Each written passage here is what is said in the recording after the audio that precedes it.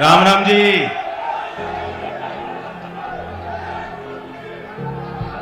हमारे सूबे के गुड गवर्नेंस के और विकास के नायक मुख्यमंत्री आदरणीय योगी आदित्यनाथ जी, सत्येंद्र सिसोदिया जी क्षेत्रीय अध्यक्ष, दोनों दल के हमारे अध्यक्ष, दोनों ही दल के वरिष्ठ नेता, स्थानीय जनप्रतिनिधि, इस क्षेत्र से विधायक मंजू जी, हमारे पूर्व विधायक सुदेश शर्मा जी, राजेंद्र शर्मा जी, सम्मानित मंच।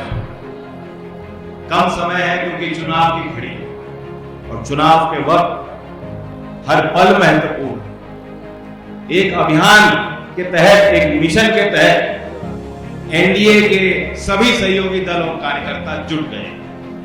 आज हम लोग मोदीनगर क्षेत्र में बागपत लोकसभा क्षेत्र में कार्यक्रम में हैं और इसी समय लोकसभा के पहले चरण का मतदान हो रहा है।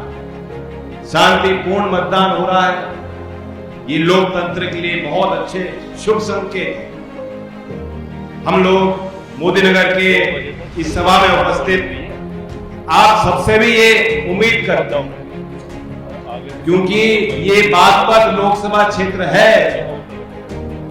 मैं जानता हूं यहां किसी समाज की बात हो, आप सब अपनी पहचान का हिस्सा चौधरी चरण सिंह जी को मानते हो और बहुत लंबी पहुंच, दूर तक पहुंच है यहाँ के लोगों की। देश का कोई कोना ऐसा नहीं जो आपके लिए अछूता हो। किसी कोने में आप चले जाएंगे, आपको गाजियाबाद के, मोदीनगर के, बागपत क्षेत्र के लोग हर क्षेत्र में काम करते हुए नजर आएंगे, दिखाई देंगे। तो राजनीतिक तौर पे मोदीनगर की जनता से मेरी खास तौर से अपील है, क्योंकि मैं पहले चरण के कई क्षेत्रों में गया हूं और हम लोग इतनी मेहनत नहीं कर सकते जितना प्रयास और मेहनत खुद मुख्यमंत्री योगी आदित्यनाथ कर रहे हैं। हर क्षेत्र में गए, बार बार गए और तीसरी बार 23 तारीख को बड़ौत में आकर इसी एक लोकसभा क्षेत्र में तीसरी बार आपको संदेश देने पहुंच रहे हैं बड़ौत। मैं आपको भी निमंत्रण सबको देता हूं कि उस तारीख पे भी आप इसी जोश के साथ पहुंचे। मैं आपसे अपील करना चाहता हूं, बागपत वो क्षेत्र रहा जिसने देश को लीडरशिप दी है। देश के किसी बड़े फैसले में, सामाजिक फैसले में, राजनीतिक फैसले से आप दूर कभी नहीं रहे। और इसलिए मेरी आपसे विनती है और विश्वास है कि जो पहले चरण का मतदान हो रहा है, जो हमने खुद माहौल देखा है, जो एका बनता जा रहा है, जो लोगों ने जिस तरह से मन बना लिया, विश्वास के साथ लोग मतदान कर रहे हैं। जब देश एक तरफ है तो बागपत क्षेत्र के मतदाता उस फैसले से कहीं अलग खड़े नहीं हो सकते, दिखाई नहीं दे सकते। इसलिए पूरी ताकत के साथ, और यहां आपको एक ऊर्जावान प्रत्याशी मिले। हमारे सतपाल प्रधान जी अध्यक्ष जी हैं, जब उनको बुलाने का अवसर मिला वो कह रहे थे कि राजकुमार सांगमा जी आ जाएं, और वो इस तरफ देख रहे थे। उन्हें पता ही नहीं लगा कि कितनी स्फूर्ति है, कूद के अपने आप पीछे आ गए। तो ऊर्जावान है, इनको अपनी नैतिकता और ईमानदारी का कोई प्रमाण देने की जरूरत नहीं है और आगे भी नहीं पड़ेगी, क्योंकि मैं जानता हूं, मैं अपने दल की बात बताना चाहता हूं, जो मेरे अनुभव इनके साथ हैं। 25-30 साल से तो मैं भी देख रहा हूं, बचपन से देख रहा हूं। ये वो व्यक्ति हैं जिनके कहने पे तमाम टिकट हुए, क्योंकि चौधरी साहब भी इनकी मानते थे। दादाजी के साथ इन्होंने काम किया, उनसे प्रेरणा ली। इनके कहने पे तमाम लोग विधायक बन गए, सांसद बन गए, अलग अलग चुनाव लड़ लिए लोगों ने, और इन्होंने अपने लिए मांगा नहीं। अगर चाहते, क्योंकि राजनीतिक व्यवस्था से जुड़े हुए लोग जानते हो आप क्या हालत है राजनीति की। पहले वाला जमाना तो नहीं है, आप देख रहे हो।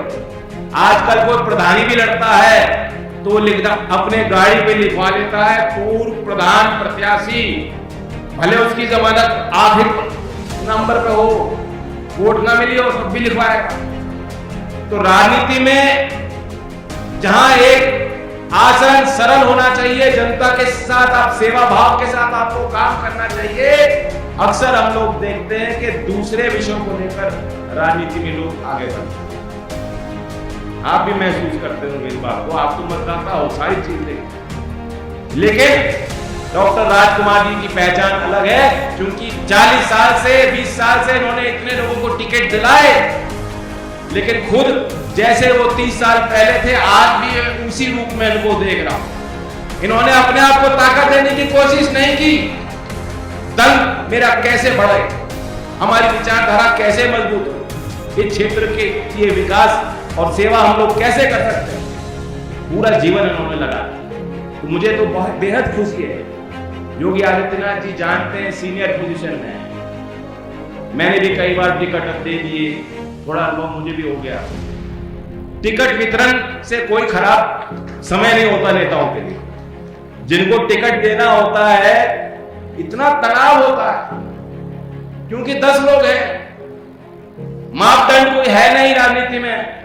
आप यही आकलन करते हो कि जीतेगा कौन आदमी कितना लॉयल है, इसका भी नहीं पता लगता है, तो देने के बाद पता लगता है। तो फिर तनाव में आदमी रहता है। लेकिन पहली बार मैंने कोई टिकट किसी को दिया है, सिंबल किसी को दिया, और कहीं कोई तनाव मुझे नहीं, खुशी है मुझे। कैसे व्यक्ति का चयन हम कर पाए बात को।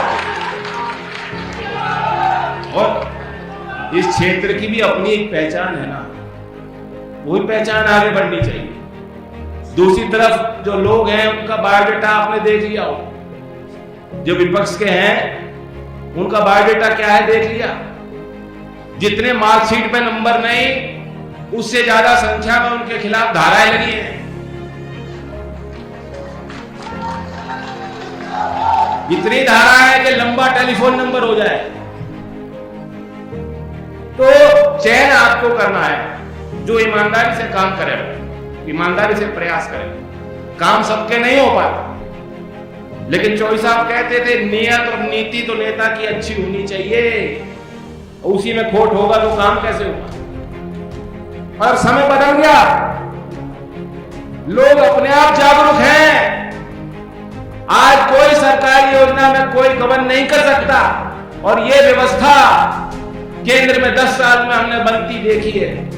अब किसी की सिफारिश की जरूरत नहीं, गरीब को किसी के कोई बिचौलिए की जरूरत नहीं है। अगर आप जानकारी आप रखते हैं सरकारी योजना की, आप अपने आप को पंजीकृत कराते हैं, तो कोई माई का लाल रोक नहीं सकता। लाभ आपको मिलेगा मिलेगा मिलेगा, और मिल रहा है। और नया तरीका ढूंढा है, बधाई देता हूं, केंद्र सरकार को बधाई देता हूं। इससे पहले भी सेल्फ हेल्प ग्रुप थे, महिलाओं के समूह थे, लेकिन हम लोगों को पता नहीं लग पाता था उनके लिए क्या योजनाएं बनी है, कौन से संसाधन उनके लिए लगाया जा रहा है, कहां खर्च हो रहे हैं, दिखाई नहीं देता। लाल किले से प्रधानमंत्री ने अपनी प्राथमिकता बनाई और घोषित किया, और मैनिफेस्टो में भी लिखा गया है।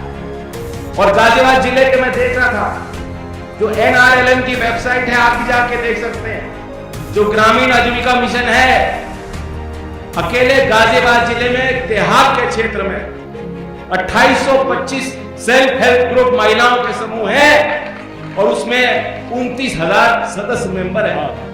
29,000 महिलाओं में बड़ी संख्या काफी बड़ी होगी BPL परिवारों की, गरीब और अति गरीब परिवारों।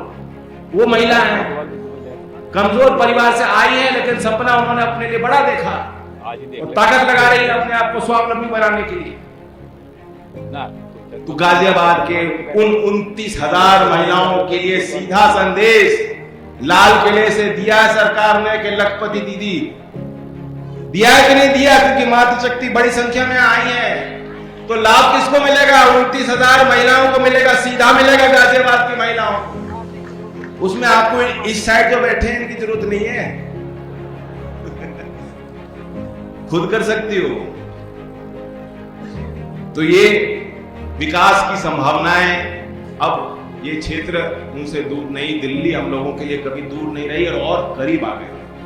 अब आवागमन आसान हो गया, RRTS बन गया, हाईवे एक्सप्रेसवे बन गए, जहां सड़क बन जाती है, जहां भ्रष्टाचार का खात्मा हो जाता है, जहां लॉ एंड ऑर्डर सुधर जाता है, वहां लोग अपनी पूंजी लगाते हैं, नए व्यापार स्थापित होते हैं। मुझे खुशी है कि राज्य सरकार ने घोषणा की है उनके डेटा सेंटर उद्योग को, और खासतौर से पश्चिमी उत्तर प्रदेश को उन्होंने चुना है। लगभग 30,000 करोड़ का निजी क्षेत्र का निवेश डेटा सेंटर उद्योग में होने जाना है, तो नौकरियां भी मिलेंगी। खेती के बाद सबसे ज्यादा रोजगार रियल एस्टेट सेक्टर में है। हम लोग यहाँ एनसीआर में जब हाईवे बन गए, एक्सप्रेस वे बन गए, नए औद्योगिक क्षेत्र चिन्हित हो रहे हैं, कारखाने भी लगेंगे, व्यापार भी बढ़ेगा मोदी नगर में, और रियल एस्टेट सेक्टर को भी एक नई संजीवनी मिल जाएगी, जो बिल्कुल ठप हो गया था काम। और राजनीति में हम सब लोग हैं, कार्यकर्ताओं से मिलते हैं, पूछते हैं भाई क्या हाल है तुम्हारा, माली हालत ठीक है, क्या काम करते हो। 90% कार्यकर्ता पश्चिम में बता रहा हूँ, 90% कार्यकर्ता आप उनसे पूछो क्या काम करते हो, तो कहेंगे खेती करते हैं, दूसरा काम करते हैं प्लॉटिंग। प्लॉटिंग मतलब रियल एस्टेट डेवलपमेंट। तो गांव से निकल के आदमी और जो किसान है वो अपनी जमीन से लगाव मानता है, जमीन को समझता है, और रियल एस्टेट में लोकेशन लोकेशन लोकेशन, इसके अलावा कोई कॉन्सेप्ट नहीं हो। तो मोदी नगर की तो लोकेशन ही सबसे अच्छी है, ये पूरा इलाका ही लोकेशन लोकेशन लोकेशन है।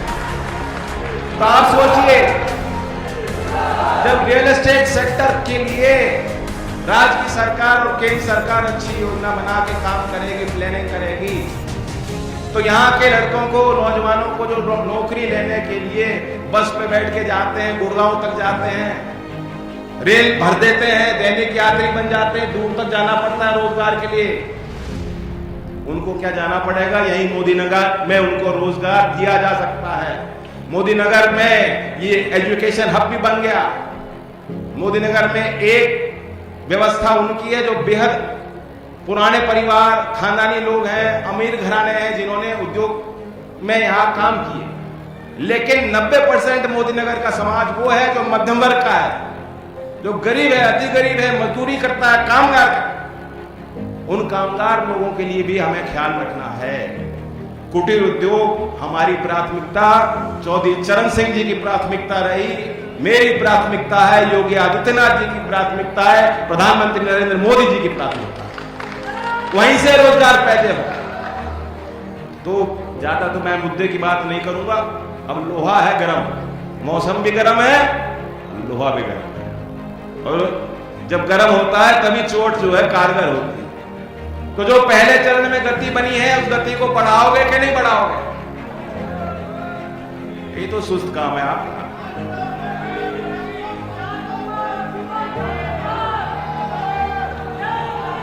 और मैं विपक्ष के बारे में कहना चाहता हूं, एक अपना अनुभव भी साझा कर दूं, क्योंकि हम तो विपक्ष में थे अब तक, अब लग रहा है कि सही रास्ते पे चल पड़े।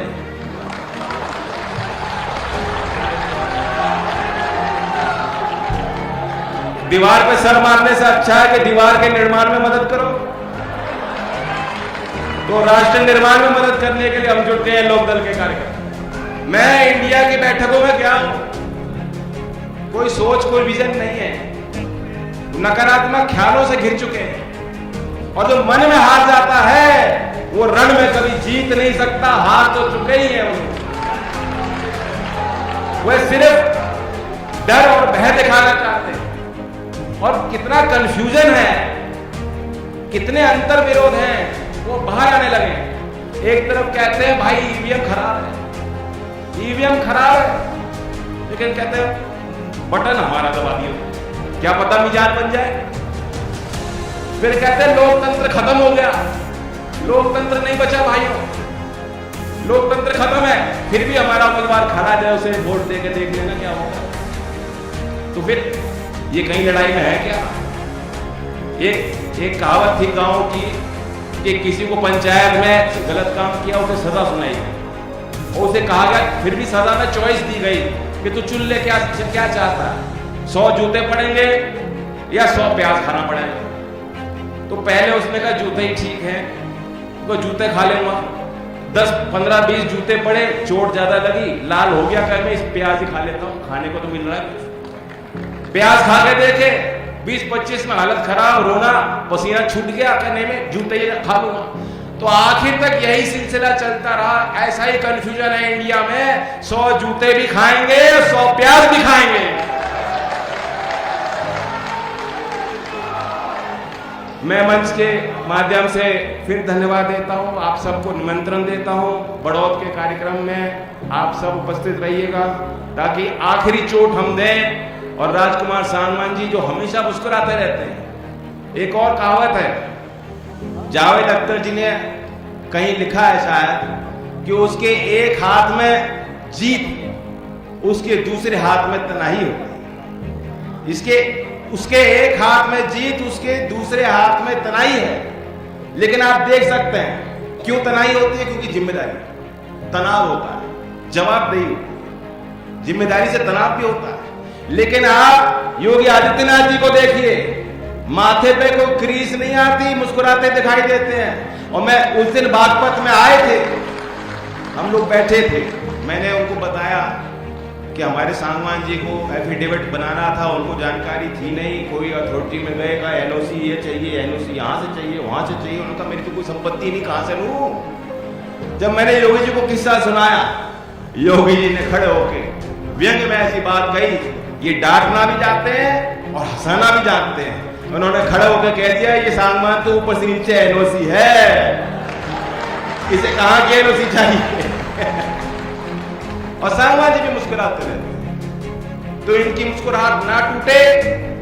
23 तारीख में आना और 26 तारीख में पोलिंग बूथ में मातृशक्ति, हमारे पुरुष, हमारे नौजवान, सभी जाति के लोग लोकदल के चुनाव चिन्ह को बटन दबा के जिताएं और 400 पार का नारा लक्ष्य पूरा करें। धन्यवाद। जय हिंद।